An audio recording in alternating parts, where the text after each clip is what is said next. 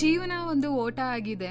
ಇದು 100 metre sprint ಅಲ್ಲ, ಇದು ದೀರ್ಘ ದೂರದ ಮ್ಯಾರಥಾನ್.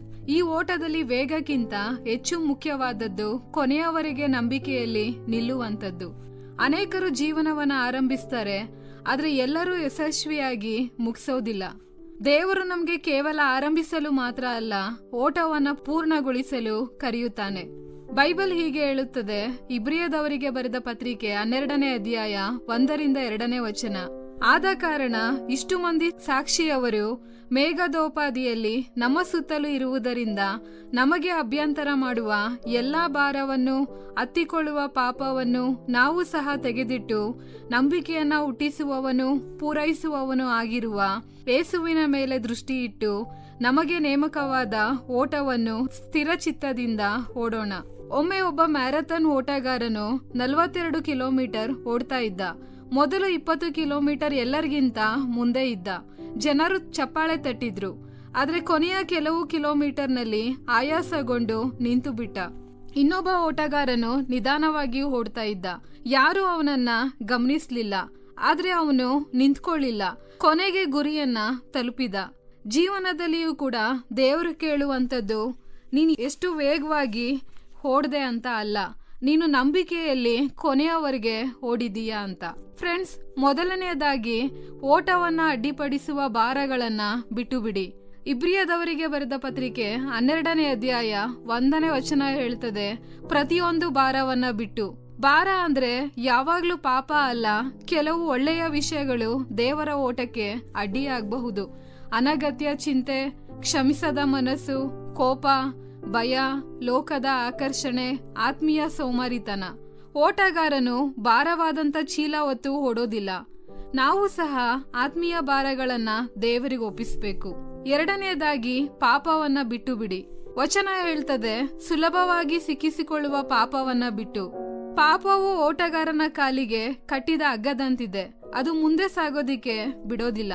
ಕೆಲವ್ರು ಹೇಳ್ತಾರೆ, ಸ್ವಲ್ಪ ಪಾಪ ಮಾಡಿದ್ರೆ ಏನಾಗ್ತದೆ, ಆದ್ರೆ ಸಣ್ಣ ಕಲ್ಲು ಚಪ್ಪಲಿಯೊಳಗೆ ಹೋದ್ರೆ ದೊಡ್ಡ ಓಟವನ್ನೇ ನಿಲ್ಲಿಸ್ತದೆ. ದೇವರು ನಮ್ಮನ್ನ ಪಾಪದೊಂದಿಗೆ ಓಡಲು ಕರೆಯೋದಿಲ್ಲ, ಬದಲಾಗಿ ಪಶ್ಚಾತ್ತಾಪ ಪಟ್ಟು ದೇವರ ಕಡೆಗೆ ತಿರುಗ್ಬೇಕೆಂಬುದಾಗಿ ಕರೀತಾನೆ. ಮೂರನೇದಾಗಿ ತಾಳ್ಮೆಯಿಂದ ಓಡಿ. ಪ್ರತಿದಿನ ಸುಲಭ ಆಗಿರೋದಿಲ್ಲ. ಕೆಲವೊಮ್ಮೆ ಪ್ರಾರ್ಥನೆಗೆ ಉತ್ತರ ತಡ ಆಗಬಹುದು, ಜನರು ಅರ್ಥ ಮಾಡ್ಕೊಳ್ದೆ ಇರಬಹುದು, ಕಷ್ಟಗಳು ಬರಬಹುದು, ನಿರಾಶೆ ಬರಬಹುದು. ಆದ್ರೆ ಓಟಗಾರನು ಮಧ್ಯದಲ್ಲಿ ನಿಲ್ಲೋದಿಲ್ಲ. ದೇವರು ಹೇಳ್ತಾನೆ, ತಾಳ್ಮೆಯಿಂದ ಓಡಿ.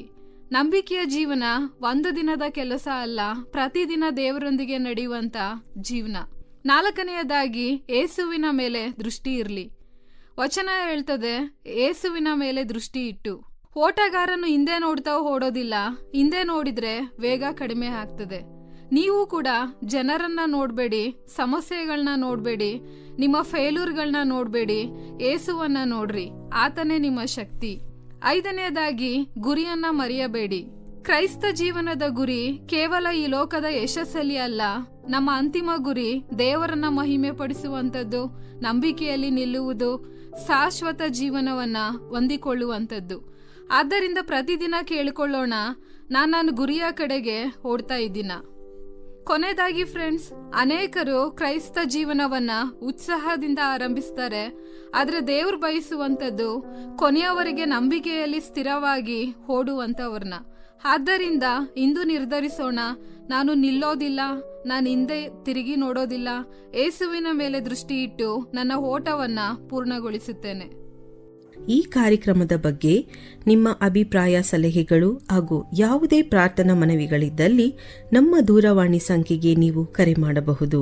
ನಮ್ಮ ದೂರವಾಣಿ ಸಂಖ್ಯೆ 9920260645 ನಿಮ್ಮ ಅಭಿಪ್ರಾಯಗಳನ್ನು ಇಮೇಲ್ ಮೂಲಕವೂ ನಮಗೆ ತಿಳಿಸಬಹುದು. ನಮ್ಮ ಇಮೇಲ್ ID info@fibaonline.org. ವಂದನೆಗಳು.